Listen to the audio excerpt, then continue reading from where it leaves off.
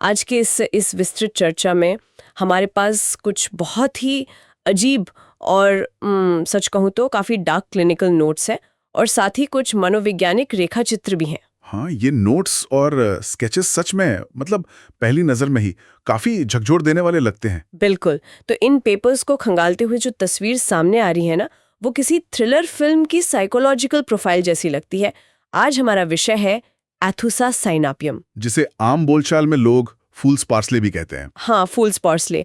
अब जो लोग इस फील्ड के बारे में जानते हैं उन्हें पता ही है कि ये कोई साधारण पौधा नहीं है। एकदम सही बात है। तो आज का हमारा मिशन ये समझना है कि कैसे ये पौधा, मतलब एक ऐसा पौधा जिससे जानवर उसकी भयंकर बदबू की वजह से कोसों दूर भागते हैं, वो उन इंसानों की चिकित्सा और मनोविज्ञान को कैसे दर्शाता है जो समाज से पूरी तरह कटकर सिर्फ जानवरों के बीच रहना पसंद करते हैं। ये सच में एक बहुत ही आकर्षक विरोधाभास है। एक बहुत बड़ा कंट्रास्ट है ना?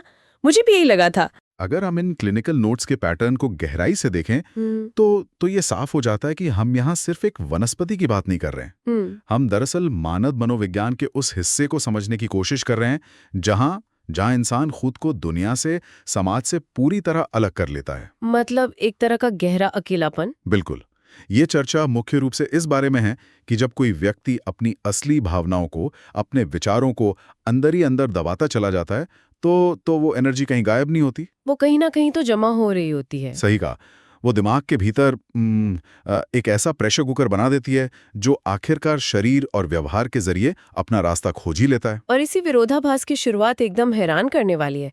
इन डॉक्यूमेंट्स में एक जगह इस पौधे का जर्मन नाम लिखा है, बर्निंग डॉग्स पार्सले। हाँ, बर्निंग डॉग्स पार्सले, ये नाम अपने आप में बहुत कुछ कहता है। बिल्कुल।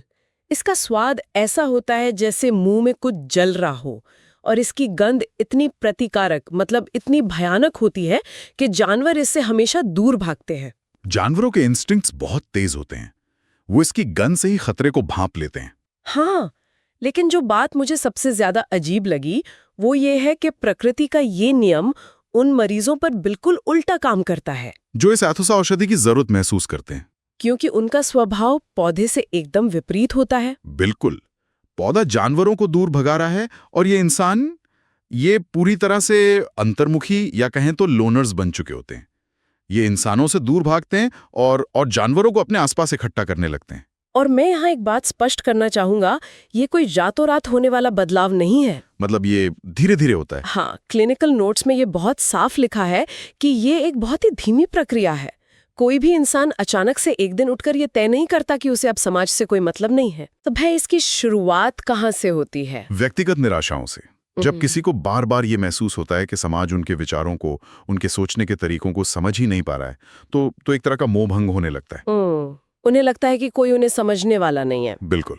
उन्हें लगता है कि उनकी भावनाएं बहुत गहरी हैं, लेकिन बाहरी दुनिया बहुत उथली है। इसलिए वो धीरे धीरे एक एक करके लोगों से दूरी बनाने लगते हैं। और फिर दूसरों के साथ संबंध बनाना उनके लिए मुश्किल हो जाता है। हाँ, सामान्य बातचीत करना या किसी दूसरे इंसान में थोड़ी सी भी दिलचस्पी दिखाना उनके लिए एक बहुत ही थका देने वाला काम बन जाता है। ये सुनकर तो ऐसा लगता है जैसे हम उन लोगों की बात कर रहे हैं जिन्हें अक्सर समाज में क्रेजी कैट लेडी या एक्सट्रीम डॉग लवर कह दिया जाता है। हाँ, समाज अक्सर उन्हें स्टीरियोटाइप कर देता है। मतलब क्या ऐसा हो सकता है कि जो लोग जानवरों के साथ एक अलग ही दुनिया बसा लेते हैं, उनके पीछे इतना गहरा मनोवैज्ञानिक कारण हो? बिल्कुल हो सकता है। हमारे पास जो विजुअल स्केच हैं, उनमें से एक बहुत ही दिलचस्प है।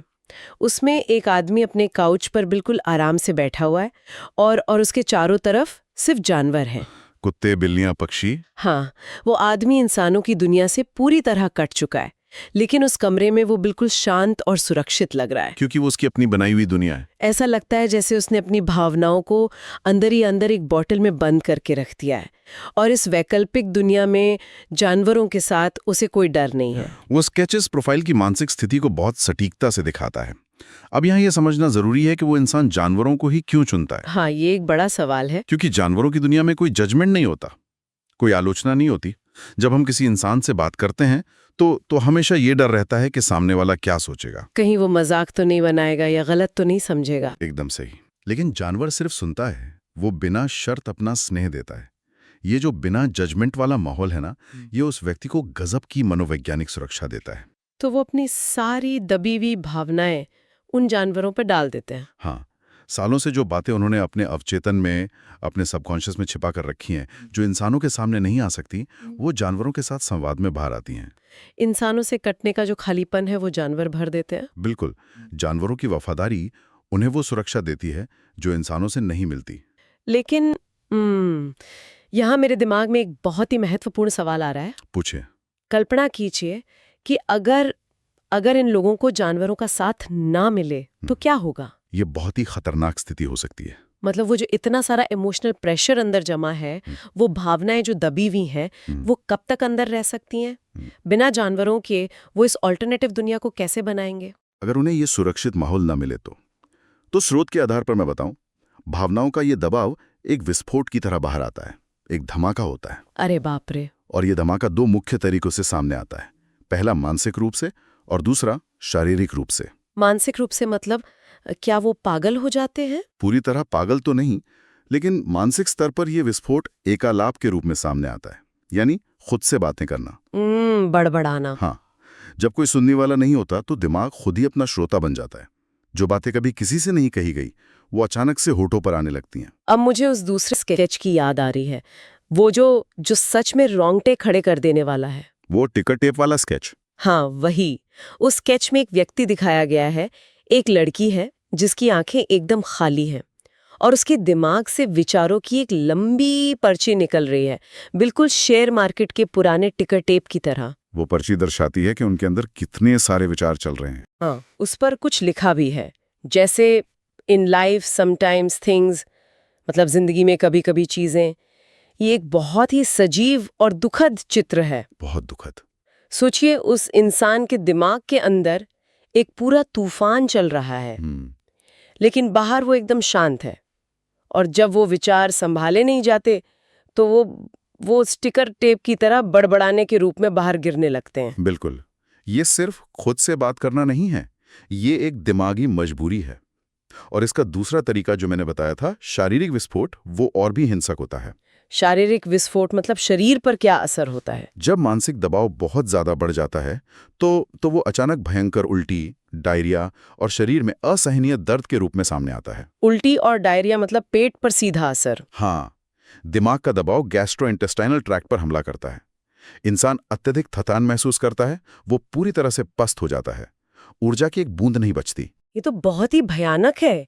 और मुझे याद आ रहा है कि उन चित्रों में कुछ अन्य शारीरिक लक्षण भी थे जो पहली नजर में बिल्कुल बेतुके लगते हैं। आप किन लक्षणों की बात कर रही हैं? जैसे एक चित्र में एक महिला के चेहरे का क्लोजअप था और उसकी नाक के बिल्कुल सिरे पर बहुत सारे दाने निकले हुए थे। हाँ, इरप्शंस। और एक और स्केच था जिसमें लोग बार बार वॉशरूम जाने के लिए बेचैनी से कतार में खड़े थे, बार बार पेशाब जाने की इच्छा। अब दिमागी तनाव का नाक के दानों से क्या कनेक्शन है? देखिए, शरीर अपने इस दिमागी प्रेशर को रिलीज करने के लिए अजीबोगरीब रास्ते चुनता है। नर्वस सिस्टम जब ओवरलोड हो जाता है तो वो शरीर के किसी भी हिस्से पर रिएक्ट कर सकता है। मतलब ये ऑटोनॉमिक नर्वस सिस्टम का ओवरलोड है? बिल्कुल। लेकिन अगर हम इन लक्षणों की जड़ में जाएं तो वहां हमें एक बहुत ही गहरा अवचेतन का डर मिलेगा। इन मरीजों में अपने सबकॉन्शियस का नियंत्रण खोने का एक खौफनाक डर बैठ जाता है। नियंत्रण खोने का डर? हाँ, उन्होंने अपनी भावनाओं को इतना दबा कर रखा है कि उन्हें लगता है अगर उन्होंने अपनी चेतना पर से पकड़ ढीली की तो वो सारा तूफान बाहर आ जाएगा। तभी स्रोत में वर्णित उनके रोजमर्रा के डर इतने विशिष्ट और एक्सट्रीम हैं। बिल्कुल। जैसे वो सोने या आंखें बंद करने का भयंकर डर। स्केच में एक इंसान को बिस्तर पर लेटा हुआ दिखाया गया है, लेकिन उसकी आंखें खौफ से पूरी तरह फटी हुई हैं, क्योंकि उन्हें लगता है कि अगर वो सो गए तो दोबारा कभी नहीं उठेंगे। हाँ, उन्हें लगता है कि नींद में वो अपना नियंत्रण खो देंगे। और वो एक दूसरा चित्र भी था ना, सर्जरी के डर का? हाँ, ऑपरेशन थिएटर वाला चित्र। एक ऑपरेशन थिएटर है, ऊपर सर्जन अपना मास्क पहने खड़े हैं, लेकिन मरीज की जगह एक बच्चा उस ऑपरेशन टेबल के नीचे छिपने की कोशिश कर रहा है। ये एनेस्थीसिया का डर है, चेतना खोने का डर। एकदम सही। एनेस्थीसिया के प्रभाव में इंसान पूरी तरह सरेंडर कर देता है, और एतुसा के मरीज के लिए सरेंडर करना नामुमकिन है। वो अपने बचाव की दीवार नहीं गिरा सकते। ये सुनकर मुझे उन लोगों की याद आ रही है जो हमारे सुनने वाले हैं, जो लर्नर्स हैं या छात्र हैं। हाँ, छात्रों पर इसका बहुत गहरा प्रभाव पड़ता है। लंबे समय तक मानसिक तनाव के कारण बहुत ज्यादा पढ़ाई करने से ऐसे लोगों का दिमाग भी तो सुन्न और खाली हो जाता है ना। बिल्कुल, इसे मेडिकल भाषा में ब्रेन फैग कहते हैं। वो चित्र याद है जहां एक बहुत ही परेशान छात्र के सिर पर भारी भरकम किताबें रखी हुई हैं। हाँ, वो दिमागी थकावट को बहुत अच्छे से दर्शाता है। वो इतना थक चुका है कि ध्यान लगाना असंभव हो गया है। ऐसा लगता है जैसे उसका दिमाग अब कुछ भी नया ग्रहण नहीं कर सकता। और फिर उन्हें परीक्षाओं में फेल होने का अत्यधिक डर सताने लगता है, क्योंकि उन्हें लगता है कि वो सब कुछ भूल चुके हैं। दिमाग शटडाउन मोड में चला जाता है। ये सब सुनकर ऐसा लगता है कि ये सिर्फ वयस्कों या अडल्ट्स की क्रॉनिक बीमारी है।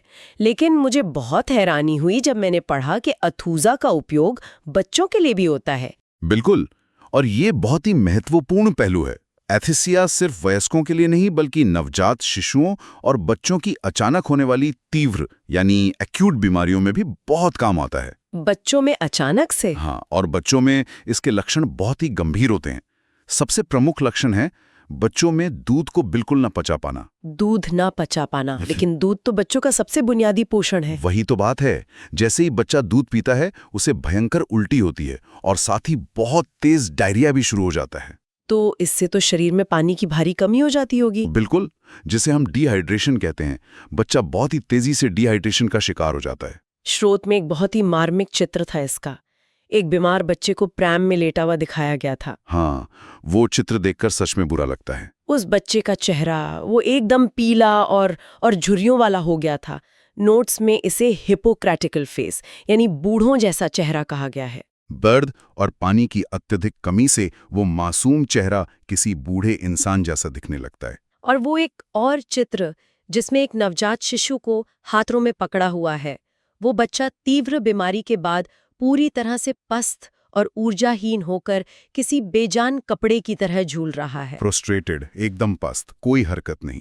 ये नवजात शिशुओं पर बीमारी के तीव्र प्रहार को दिखाता है। अगर हम इन सब चीजों को जोड़कर देखें तो ये एक बहुत ही गहरा रूपक लगता है। बिल्कुल, एक तरफ वयस्क इंसान समाज को या इंसानी रिश्तों को पचा नहीं पाता, और दूसरी तरफ एक छोटा बच्चा अपने पोषण को, दूध को पचा नहीं पाता। दोनों ही मामलों में शरीर विद्रोह कर देता है। हाँ, चाहे वो मानसिक हो या शारीरिक, दोनों जगह हमें एक गहरी अस्वीकृति और उसके बाद आने वाली अत्यधिक कमजोरी देखने को मिलती है। तो अगर हम आज की इस पूरी चर्चा का सार निकालें तो ये स्पष्ट हो जाता है कि सामाजिक अलगाव, इंसानों के बजाय जानवरों से अत्यधिक लगाव और सबसे बढ़कर हमारी दबी हुई भावनाएं, ये हमारे शरीर और दिमाग पर बहुत गहरा प्रभाव डालती हैं। बिल्कुल, और ये जानकारी हमारे सुनने वालों के लिए बहुत मायने रखती है। मेरा मानना है कि ये हमें सिखाती है कि भावनाओं को अनकहा छोड़ देना, उन्हें अंदर दबाकर रखना कितना हानिकारक हो सकता है। दिमाग का दबाव हमेशा शरीर के माध्यम से बाहर निकलने का रास्ता खोज ही लेता है। वो एनर्जी कहीं गायब नहीं होती। कभी नहीं। तो आज की इस चर्चा से ये बात एकदम साफ है कि दबी हुई भावनाएं हमेशा बाहर आने का रास्ता खोज ही लेती हैं, चाहे वो खुद से बातें करना हो, अजीबोगरीब डर हो या अचानक होने वाली शारीरिक बीमारियां। बिल्कुल सही। और चलते चलते ये एक विचार करने वाली बात है कि हमारे अपने जीवन में जो बेवजह के डर या छोटी मोटी शारीरिक परेशानियां हम रोजाना महसूस करते हैं, ओहो माफ कीजिएगा, मेरा मतलब है जो परेशानियां हम महसूस करते हैं, कहीं वे उन बातों और भावनाओं की गूंज तो नहीं है जिन्हें कहने की हिम्मत हम कभी नहीं जुटा पाए। ये सच में सोचने वाली बात है। और आज के इस डिजिटल युग में जहां हम स्क्रीन्स के पीछे छुप गए हैं, क्या सोशल मीडिया ही हमारी जनरेशन का नया फूल्स पैरिस्ले बन गया है, जहां हम असली इंसानों से कट कर एक वर्चुअल दुनिया बसा रहे हैं? आप सब इस बारे में जरूर सोचिएगा। हमारे साथ जुड़ने के लिए बहुत बहुत शुक्रिया।